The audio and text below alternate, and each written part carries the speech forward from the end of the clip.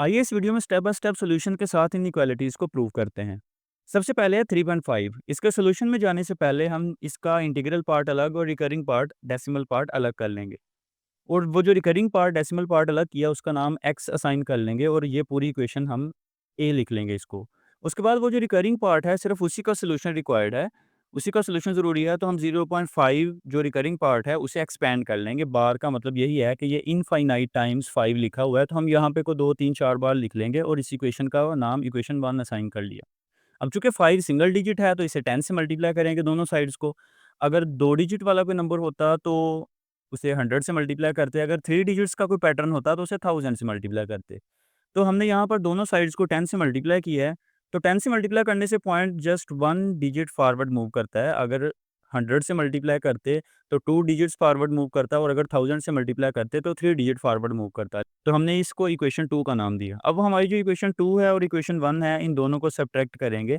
तो सब्ट्रैक्ट करने का तरीका होता है लेफ्ट साइड से लेफ्ट साइड और राइट हैंड साइड से राइट हैंड साइड को सब्ट्रैक्ट करते हैं। तो लेफ्ट साइड पे 10x और x माइनस हो रहे हैं तो वो 9x बच जाएगा, जबकि राइट साइड को जब सब्ट्रैक्ट करने लगेंगे तो उसमें हमें पता होना चाहिए कि इंटीग्रल पार्ट से सब्ट्रैक्ट होता है, यानी पॉइंट से पहले वाला पॉइंट से पहले वाले में से माइनस होता है, और पॉइंट के बाद यानी डेसिमल पार्ट जो है वो डेसिमल पार्ट में से ही सब्ट्रैक्ट होता है।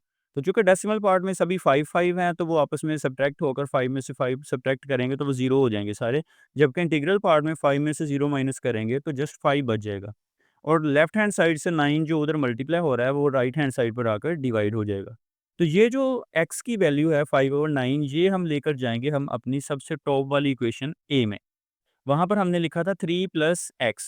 तो ये x हमारा रिकरिंग पार्ट था, हमारे रिकरिंग पार्ट का अब आंसर है 5/9। तो हमने वहाँ पर 3 प्लस x की जगह वहाँ पर 5/9 लिख लिया।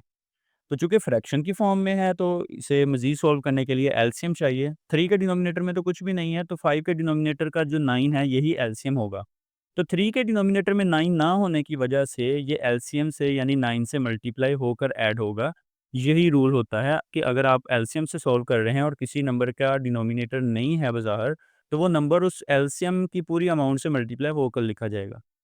तो 9 मल्टीप्लाई 3 27 प्लस 5 32/9।